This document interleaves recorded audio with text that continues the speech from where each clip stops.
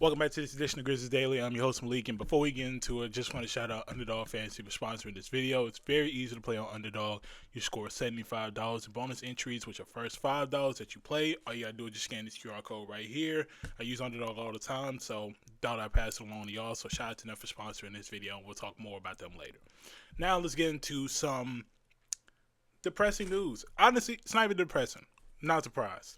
Ja Morant is out tonight with a left elbow UCL sprain.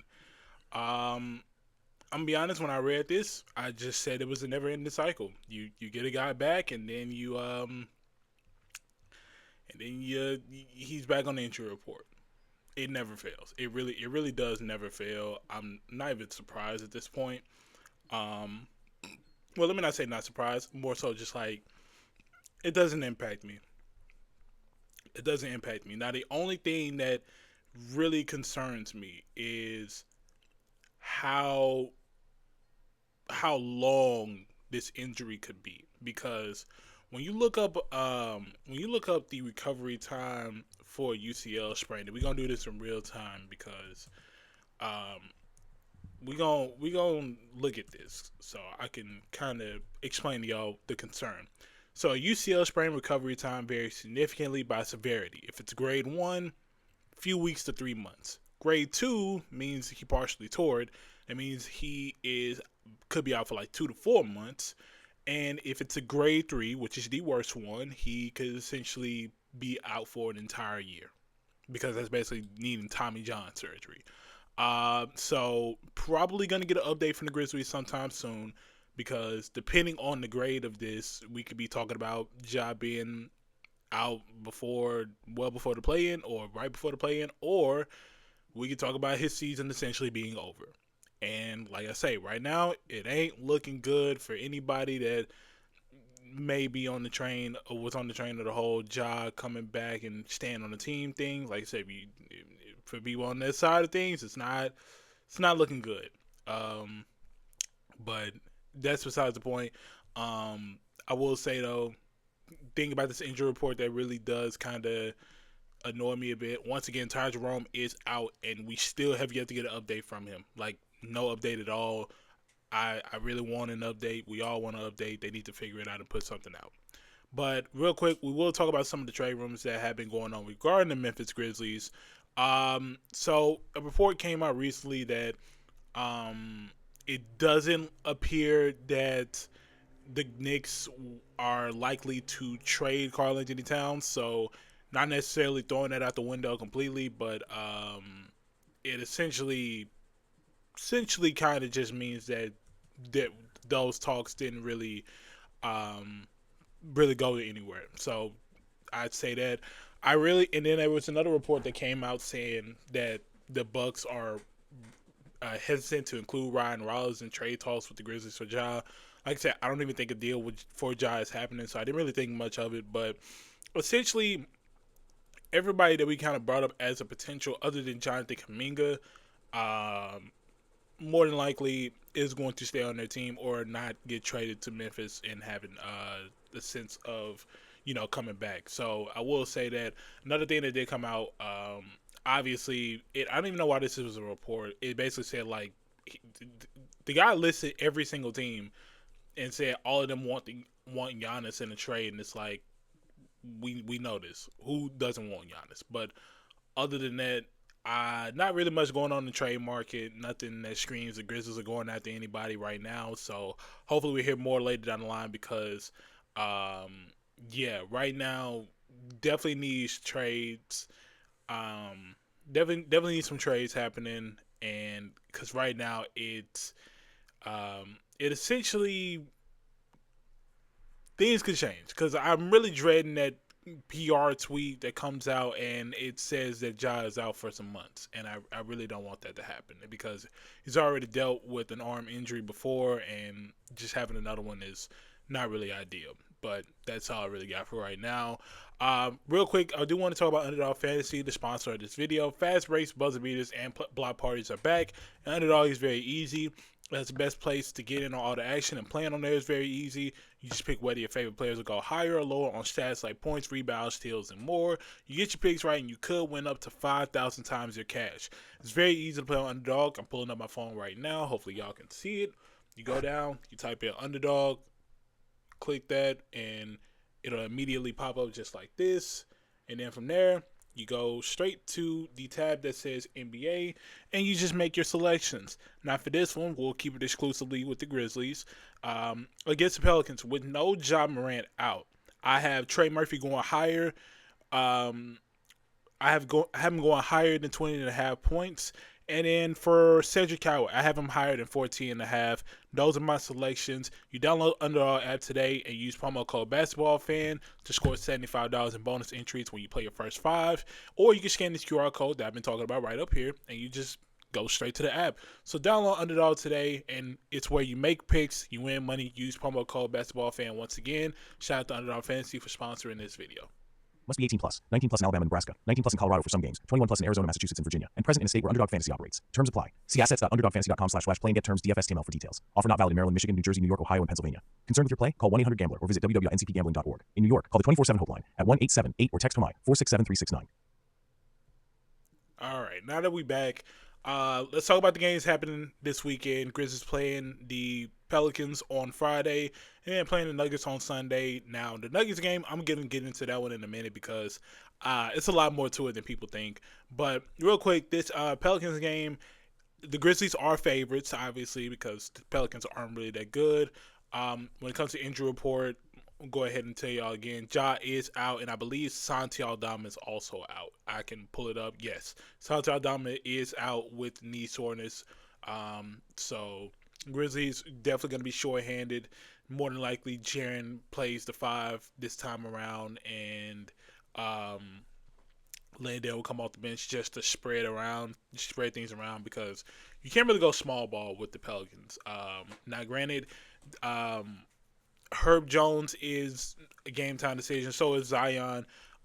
So you may have that in your favor if they don't play. This is a Pelicans team that's kind of tricky because you got guys like Trey Murphy who, like I said, he's averaging 25 points in his last 10 games. Derek Queen is developing as a very good big for them, playmaking and just overall offense. So you give him that. Like I said, in this game, I would just look to getting Jaren his shots early, getting him going early on, and then obviously with a lineup like this, you're either going to start Vince or Cam Spencer. I would say start Cam Spencer. I think you need his 3-point shooting in a game like this because one thing about it, the Pelicans will find ways to genuinely, beat you. So you got to watch out for that. But other than that, I think this Pelicans game, if the Grizzlies do come out with it, this is a team that's well below 500, and the Grizzlies are very good at beating teams below 500 unless they're the Washington Wizards. Now, as far as this Nuggets game, the reason I say this is going to look weird is because there's a possibility that this game may not be played with people in the arena. There's going to be maybe a few thousand. Mostly because with the winter weather here coming in Memphis, a lot of that, it's not even really going to be snow. It's going to be sleet. And that's going to freeze on the ground, which makes it hard to drive and things like that. So I would say just I don't know how this game is going to look.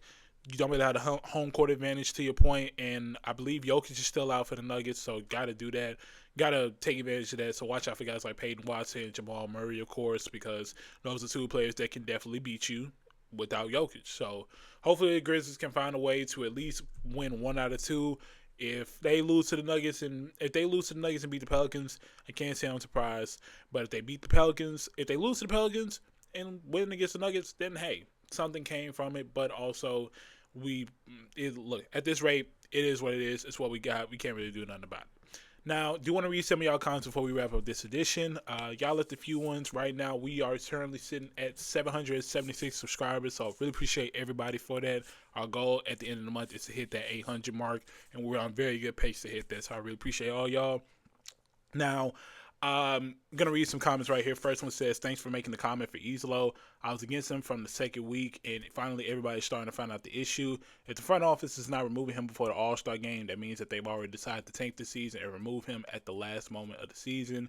And yeah, honestly, that's really the only thing, because I just think with this team and the expectations, they were a fringe playing team. And what I mean by that is like, all right, they was gonna be in that 8, 9 spot, maybe even creep up to the 7. Right now, we're looking like we might not even make the play in, and that's just with everything that's going on. And then Islo in these double-digit leads, like I say, he's lost I think 11 games when he has a double-digit lead, and that right there is very concerning as a coach, first year or not.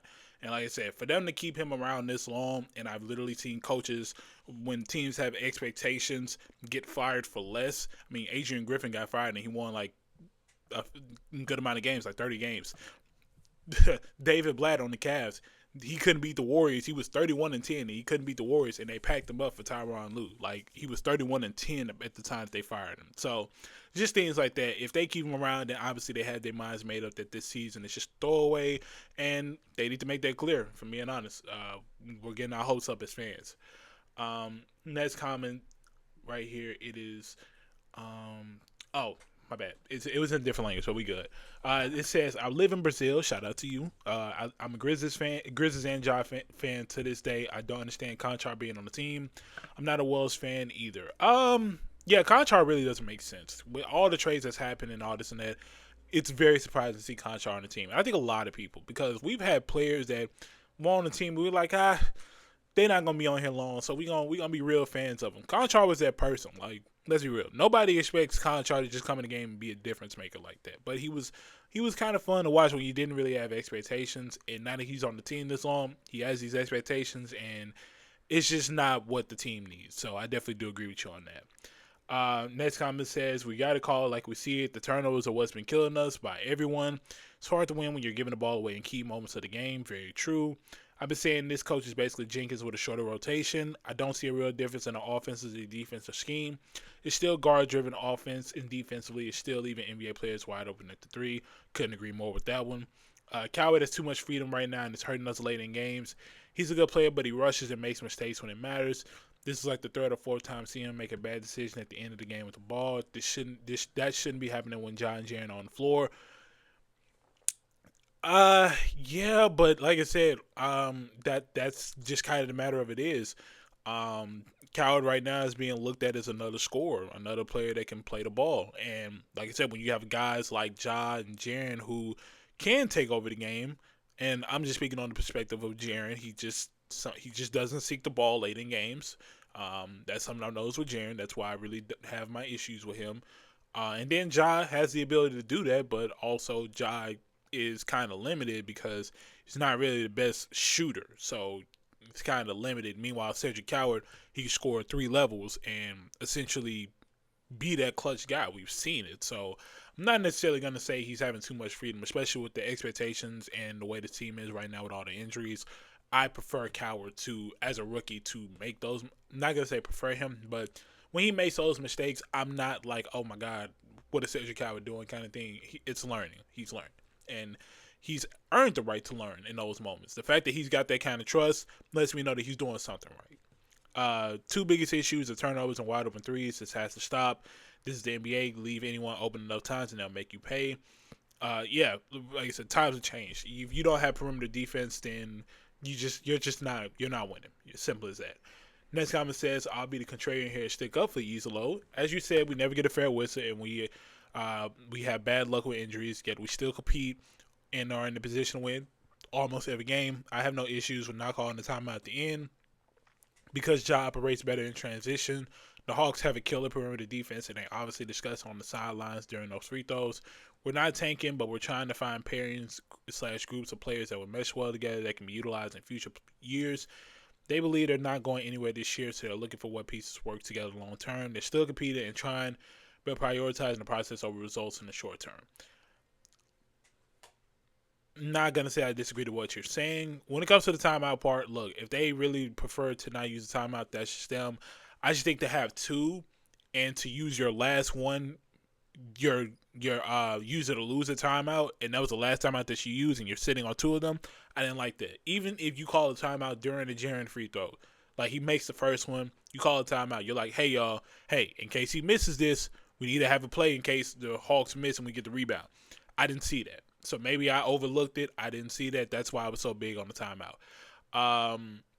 And being honest, Um, clearly something was done right because the Hawks. Well, Jalen Johnson said it himself. They live with Ja taking that shot because he's not that good of a shooter. So that's why I say something else should have been discussed in hand. But look, it is what it is. Now, as far as Islo, like I said, me personally, I'm out on him.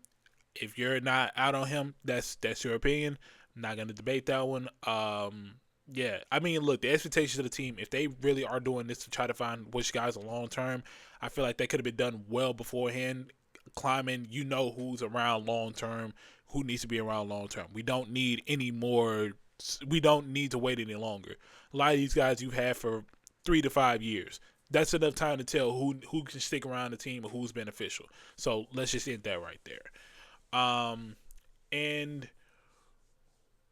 we'll read this last comment right here, and then we'll wrap up. This one says, "Not the reason for the loss, but explain why and for what reason was Conchar started last night."